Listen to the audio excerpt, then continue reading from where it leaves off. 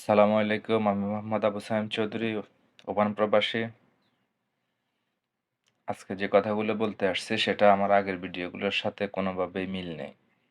তার কারণ হচ্ছে দেশ ও জাতি শান্তিতে থাকতে হলে প্রতিহিংসা ছাড়তে হবে।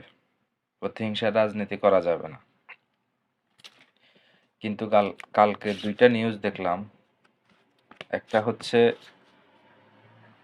মেজর বজলুল হুদাকে শেখ হাসিনা নিজের হাতে জবাই করছে।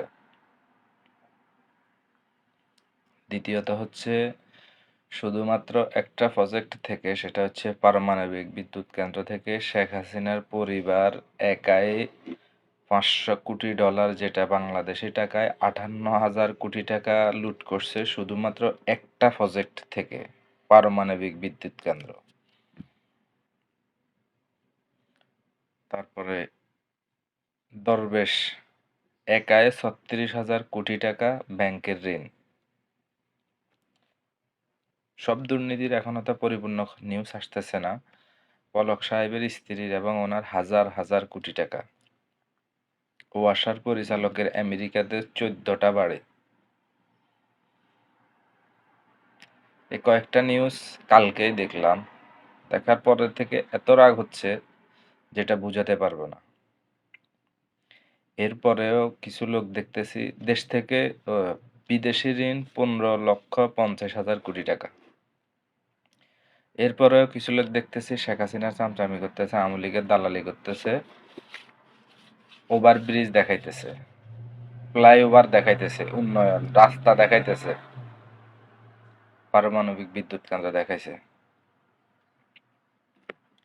এই কারণে বলবো, এখন থেকে যে শুয়োরের বাচ্চা শেখ হাসিনার উন্নয়ন নিয়ে কথা বলবে, প্রথম ঘুষিটা দিবেন এই জায়গায়, যাতে উপরে নিচে সাইডটা দাঁত পড়ে যায়। দ্বিতীয়টা দিবেন আরেকটু উপরে, দ্বিতীয় ঘুষিটা দিবেন আরেকটু উপরে, নাকের বারান্দা যাতে ফেটে যায়, যাতে নিঃশ্বাস নিতে গেলে 2 কিলোমিটার দূর থেকে শোনা যায়। আর হাসিনার নাম বলতে যাতে না পারে, হাসিনা বলতে যাতে হাওয়া আগে বাইর হয় দাঁতের এখান দিয়ে, হাসিনা বলে, হাসিনা যাতে বলতে না পারে। ওমানে 2-1 দিনের ভিতরে 10-20টা দাঁত আমি নিজেই ফালাই দিতাম, শুধুমাত্র অন্য দেশে আছি বলে এই দেশের কানুন আইন কানুনের কারণে কিছু করা যাচ্ছে না। না হলে এই নিউজগুলো শোনার পর থেকে 10-20টা দাঁত আমি নিজেই জড়াই ফেলতাম ওমানে। এখন থেকে যেখানেই হোক, যেখানে যার সামনে যেভাবে, দেশের মাটিতে দেশে যাই করবেন সমস্যা নাই, আইন আছে, আদালত আছে, কানুন আছে, যেতে পারবেন, কথা বলতে পারবেন, কিন্তু বাহিরের দেশে এই সুযোগ নেই। এ কারণে দেশে যেখানে দেখবেন যে এরকম শেখ হাসিনার উন্নয়ন চামচামি, তারপরে বলবে যে পারমাণবিক বিদ্যুৎ কেন্দ্র, ফ্লাইওভার, এখনো তো পদ্মা সেতুতে কত হাজার কোটি টাকা লুট করছে, এটার এখনো কোনো তথ্য আসে নাই। সেটাও আসবে, যেহেতু একটা প্রজেক্টের 30% বাংলাদেশের সবচেয়ে বড় একটা প্রজেক্ট যেটা, ওটার 30% একই পরিবার যখন আত্মসাৎ করে, তাহলে দেশের পরিস্থিতি কি থাকে? এখনো বাকি স্বরাষ্ট্রমন্ত্রী, সেতুমন্ত্রী, বিভিন্ন মন্ত্রণালয়ের মন্ত্রীদের দুর্নীতির কোনো হিসাবই আসে নাই। তারপরে দেখলাম আরেকটা, সেটা হচ্ছে হাউন আঙ্কেলের প্রেসিডেন্ট রিসোর্টে 100 কোটি টাকার প্রেসিডেন্ট রিসোর্ট হাউন আঙ্কেলের। চিন্তা করা যায় এগুলা? এরপরেও কিছু লোক আওয়ামী লীগের চামচামি, আওয়ামী লীগের দালালি, আওয়ামী লীগের উন্নয়ন নিয়ে কথা বলে। সোজা কথা, উন্নয়নের কথা বলার সাথে সাথে ওর উন্নয়ন করে দেবেন। প্রথম ঘুষিটা দিবেন দাঁত বরাবর, যাতে উপরের নিচের 4টা দাঁত পড়ে যায়।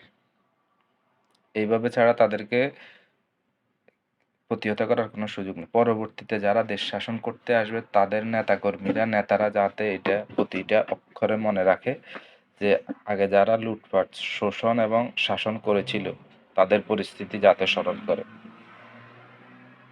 ইনশাআল্লাহ এটাই, আজকে এতটুকুই বলবো, এর বেশি কিছু বলার নেই।